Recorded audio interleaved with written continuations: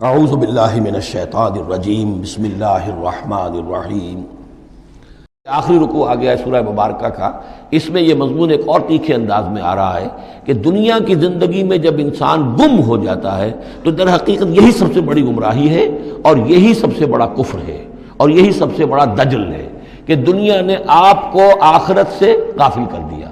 دنیا نے آپ کو اللہ سے غافل کر دیا۔ یہ دنیا اور اس کی چمک دمک سے آپ کے اتنے متاثر ہوئے، گرویدہ ہوئے اور اس عروس ہزار داماد کے ایسے عاشق ہوئے کہ آپ اللہ کو بھول گئے۔ یہ دجل ہے اصل، دجالیت یہ ہے اصل۔ باقی ایک شخص دجال وہ ایک علیحدہ جگہ ہے اپنی جگہ پر جس کا فتنہ آنا ہے، اور اس کے ضمن میں بھی میں نے عرض کیا تھا کہ میری کچھ تحقیق ہے لیکن میں ابھی اس کو روک رہا ہوں، مزید اس کی توثیق اگر مجھے ہو گئی تو پھر میں وہ باتیں بیان کروں گا، اس لیے کہ اس مسئلے میں علماء کے مابین کافی شدید اختلاف ہے۔ افحسب الذین کفروا ان یتخذوا عبادی من دونی اولیاء، کیا کافروں نے یہ سمجھا ہے کہ وہ میرے بندوں ہی کو میرے مقابلے میں اپنے حمایتی بنا لیں گے؟ عیسیٰ میرا بندہ ہے، کیا وہ میرے مقابلے میں آ کر تمہاری حمایت کرے گا؟ عبد القادر جیلانی میرے بندے ہیں، کیا وہ میرے مقابلے میں آ کر تمہاری مدد کریں گے؟ کیا تم نے سمجھا میرے بندوں کو وہ میرے مقابلے میں من دونی اپنا حمایتی بنا لیں گے؟ انا اعتدنا جہنم للکافرین نزلا، ہم نے ایسے کافروں کے لیے جہنم کو بنا رکھا ہے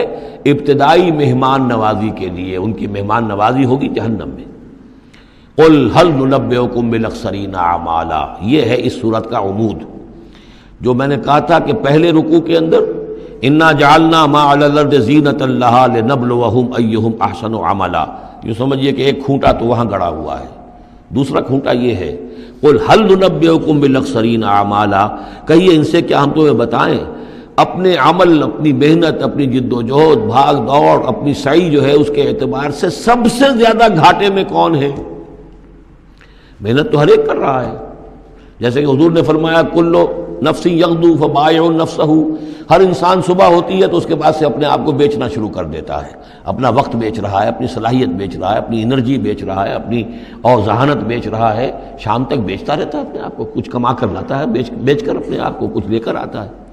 تو یہ انسان جو ہے اس درجے اپنے آپ کو دنیا کے لیے انہوں نے بیچ دیا ہے اور ہم اپن اسی کے لیے گم ہو گئے ہیں، لیکن اس بیچنے میں انہیں نفع کچھ نہیں ہے، نقصان ہی نقصان ہے۔ سب سے زیادہ خسارے میں کون ہے؟ الذین ضل سعیہم فی الحیات الدنیا، جن کی بھاگ دوڑ سعی و جہد دنیا ہی میں گم ہو کر رہ گئی، آخرت مطلوب ہے ہی نہیں، وہ تو ایک غمیمہ سا لگا ہوا، مسلمان ہے، سنا ہے والدین سے روزہ رکھنا اچھا کام ہے، روزہ فرض ہے، روزہ رکھ لیا ہے، مطلوب کیا ہے آپ کا؟ اصل بات تو یہ ہے جو ضربہ سلام میں نے کل نوٹ کرایا تھا سورہ بنی اسرائیل میں، من کان یرید العاجلۃ عجلنا له فیہا ما نشاء لمن نرید ثم جعلنا له جہنم یصلاها مذموما مدحورا ومن اراد الآخرۃ وسعى لها سعیها وهو مؤمن فاولئک کان سعیہم مشکورا۔ طالب دنیا ہو یا طالب آخرت ہو، طے یہ کرو، طالب دنیا طالب آخرت کے لیے بھی اللہ تعالیٰ کلن نمد ہؤلاء وہؤلاء من عطاء ربک، دنیا میں اسے ہمیں رکھنا ہے، کھانے پینے کا بندوبست کرے گا، یرزق من حیث لا یحتسب، یہاں سے دے گا جہاں سے تمہیں گمان تک نہیں ہوگا، لیکن تم پہلے طے کرو تم طالب دنیا ہو یا طالب آخرت ہو۔ اور سب سے زیادہ گھاٹے میں وہ ہے من قل هل ننبئکم بالاخسرین اعمالا الذین ضل سعیہم فی الحیات الدنیا وہم یحسبون انہم یحسنون صنعا، اور وہ سمجھ رہے ہیں کہ اب تو بڑے کامیاب ہیں، میری ایک فیکٹری تھی اب میرے 3 مل لگ چکے ہیں، میں نے فلاں یہ تھا میں نے اب اتنی جائیداد بنا لی ہے، میرے اتنے ایسٹس تھے اور سال بسال گنتی کر کے ہم تو کامیاب ہو رہے ہیں۔ وہ سمجھتے ہیں کہ ہم کامیاب ہیں، ہماری محنتیں برابر ہو رہی ہیں، ہماری یہ دن رات کی کوشش جو ہے وہ نتیجہ خیز ہو رہی ہے۔ اولئک الذین کفروا بآیات ربہم، یہ وہ لوگ ہیں جنہوں نے اپنے رب کی آیات کا انکار کیا، چاہے کہتے ہو کہ ہم اللہ کو مانتے ہیں، قرآن کو مانتے ہیں، لیکن حقیقتاً اگر طالب دنیا ہے تو گویا کہ وہ اللہ کی آیات کا انکار کر رہا ہے۔ اللہ تو کہتا ہے اصل زندگی وہ ہے، وَإِنَّ دَارَ الْآخِرَةَ لَهِيَ الْحَيَوَانُ، تم اصل زندگی اس کو سمجھے بیٹھے ہو، تو تم نے کہا اللہ کی بات کی تصدیق کی، تم نے تو اللہ کی بات کو جھٹلایا ہے۔ اولئک الذین کفروا بآیات ربہم ولقائہ فحبطت اعمالہم، یہ جو جھوٹی پھوٹی کوئی نیکیاں کرتے ہو اپنے دل کی تسلی کے لیے، جھوٹے تسلی دینے کے لیے، کوئی مسلی کھلا دیے، کوئی غریبوں کا کام ہو گیا، کوئی کسی کے لیے، یہ نیکیاں ہمارے ہاں قطعاً ان کی کوئی حیثیت نہیں، ان کے سارے اعمال اس قسم کی نیکیاں حبط ہو جائیں گی۔ فلا نقیم لہم یوم القیامت وزنا، تو اس دن ہم ان کے لیے قیامت کے دن جو ہے کوئی ان کا وزن قرار نہیں دیں گے، یا ان کے اعمال کو تولیں گے ہی نہیں۔ اعمال تو ان کے تلیں گے جن میں ایمان ہو،